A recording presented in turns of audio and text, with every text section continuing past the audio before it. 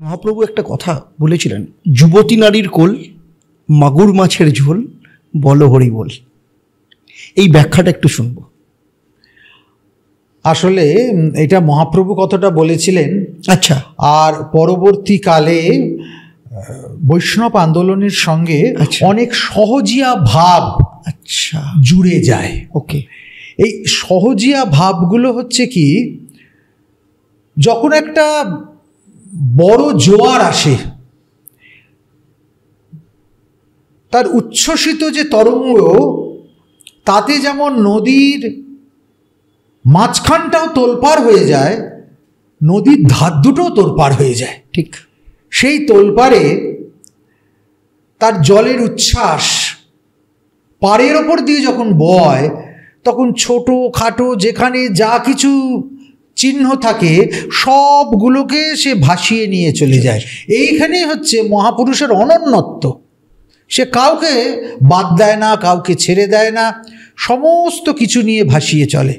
ঠিক তেমনি বৈষ্ণব আন্দোলন যখন হয়েছে, সেই বৈষ্ণব আন্দোলনে ভক্তি আন্দোলন, মহাপ্রভুর প্রেমের আন্দোলন যখন হয়েছে, সেইখানে অনেক আঞ্চলিক ভাবধারা, অনেক সহজিয়া ভাবধারা সেগুলো যুক্ত হয়ে গেছে। সেই ভাবধারাগুলোর মধ্যে আউল, বাউল, কর্তাভজা, ঠিক এই সমস্ত ভাবগুলো এসে সমাহিত হয়েছে। এখানেই তো মহত্ব। তা এই কথাটা মূলত সহজিয়াদের কথা। আচ্ছা, তারা কি বলছে? যুবতী মাগির কোল, শিঙি মাছের ঝোল, আর বল হরি বল। মহাপ্রভুর মতো একজন আপাদমস্তক সুশিক্ষিত পলিস্ট ধর্মপ্রচারক, সে এত তরল শব্দ ব্যবহার করেছে, এটা বিশ্বাসযোগ্য নয়। এগুলো পরবর্তীকালের তার উপর ইমপ্লিমেন্ট হয়েছে। মূলত বাউল ভাবের কথা এটা। আচ্ছা, বাউল ভাবনার সঙ্গে কর্তাভজা যে ভাবধারা, এইটা যখন মিলে মিশে গেল, তখন এইরকম একটা ন্যারেটিভ তৈরি হলো। যদিও এর অন্তর্নিহিত অর্থটা কিন্তু ভীষণ ভালো, সেটাই আমি হ্যাঁ। এখানে যুবতী মাগির কোল বলতে বলা হয়েছে মাটিকে, আর শিঙি মাছের ঝোল দু চোখ থেকে বেয়ে পড়া অশ্রুধারা।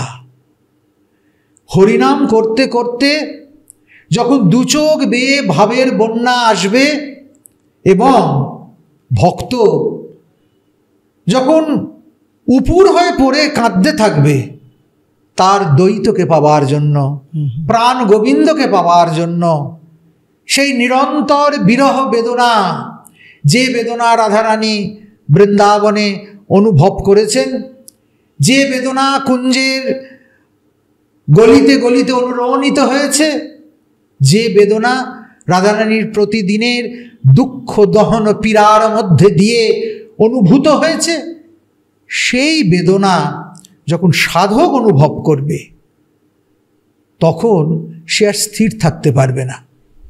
এর মূর্ত রূপ আমরা দেখেছি, মহাপ্রভু তো বললেন, কিন্তু তার মূর্ত হতে দেখলাম আমরা কোথায়? দেখলাম দক্ষিণেশ্বরে আর এক মহাপ্রভুর মধ্যে। যখন ঠাকুর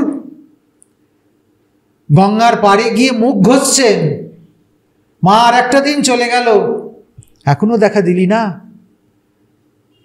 দু চোখের জল কল্যাণিনী গঙ্গার ওই ঘোলাটে জলের সঙ্গে মিলেমিশে গিয়ে এক আশ্চর্য সঙ্গম তৈরি করছে। সেখানে দেখলাম মহাপ্রভুর এই ভাবের মূর্ত বিগ্রহ।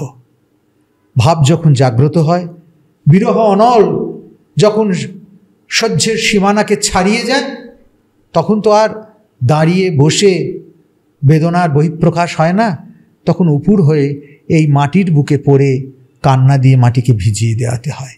এটাই ভালোবাসার, এটাই আরতির, এটাই প্রেমের, এটাই সমর্পণের একটা চিরাচরিত আঙ্গিক। সেই আঙ্গিকের কথাই উঠে এসেছে। আসলে ভাষাটা তরল হলেও এর অন্তর্নিহিত ভাব কিন্তু অত্যন্ত গভীর।